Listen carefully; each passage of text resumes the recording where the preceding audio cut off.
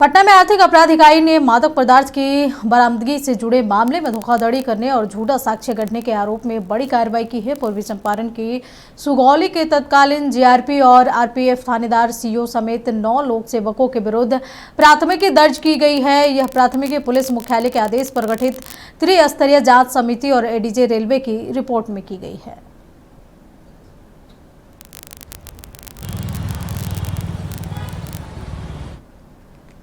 इस खबर पर अधिक जानकारी के लिए हमारे साथ बिहार स्टेट हेड मरगू बालम जुड़े हुए हैं। मरगू, बड़ी खबर आ रही है जहां पटना में आर्थिक अपराध इकाई ने मादक पदार्थों की बरामदगी से जुड़े मामले में धोखाधड़ी करने और झूठा साक्ष्य गढ़ने के आरोप में बड़ी कार्रवाई की है। क्या है पूरा मामला?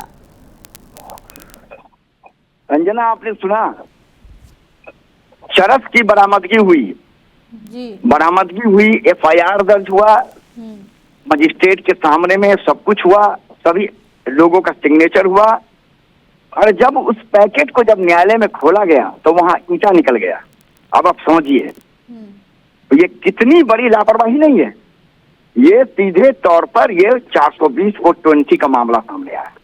ये सुगौली का मामला है। मादक पदार्थ चरस की बरामदगी की थी आरपीएफ और जीआरपीएफ के लोगों ने मिलकर, और मजिस्ट्रेट को बुलाया गया था। और बुलाने के बाद फिर उस पूरे मामले में एफआईआर दर्ज हुआ। लेकिन जब इसकी जांच के लिए जब इसे खोला गया कोर्ट में तो ईंटा निकला। उसके बाद इस पूरे मामले में जांच का आदेश हुआ एडीजी रेल की तरफ से, और जांच के बाद आर्थिक अपराध इकाई ने तत्कालीन जीआरपी अधीक्षक, तत्कालीन आरपीएफ के अधिकारी, मजिस्ट्रेट के साथ साथ कई पुलिसकर्मियों के खिलाफ कई बीएनएस के धाराओं में मामला दर्ज कर लिया गया।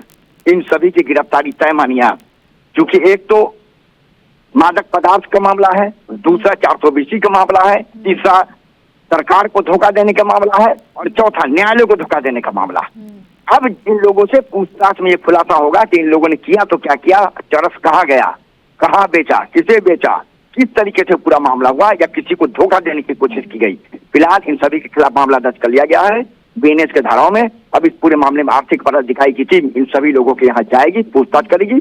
संभव हुआ तो इन लोगों की गिरफ्तारी भी तय मानी जा रही है। अंजना, मरगुम, लेकिन सवाल एक बड़ा ये भी उठता है कि जिन लोक सेवकों के ऊपर नशा बंदी को लेकर के जिम्मेदारी दी गई, वही अगर ऐसे करेंगे और नशा में संलिप्त रहेंगे इसको खरीद बिक्री में, तो फिर आखिर बिहार में नशाबंदी कैसे होगी?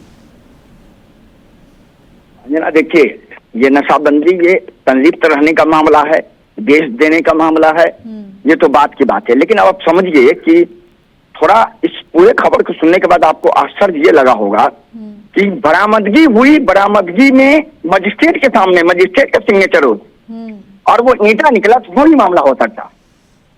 या तो इन लोगों ने बेच दिया सब कुछ, बांट लिया पैसे को, या इस पूरे मामले में हो सकता है किसी को फंसाने का एक बड़ा षड्यंत्र हो सकता है। तीसरा कोई मामला नहीं हो सकता। चलिए मरगू, हमारे साथ तो बता दें कि पटना में आर्थिक अपराध इकाई ने मादक पदार्थ की बरामदगी से जुड़े मामले में धोखाधड़ी करने और झूठा साक्ष्य बढ़ाने के आरोप में बड़ी कार्रवाई करते हुए पूर्वी चंपारण के सुगौली के तत्कालीन जीआरपी और आरपीएफ थानेदार सीओ समेत 9 लोक सेवकों के विरुद्ध प्राथमिकी दर्ज कर ली है।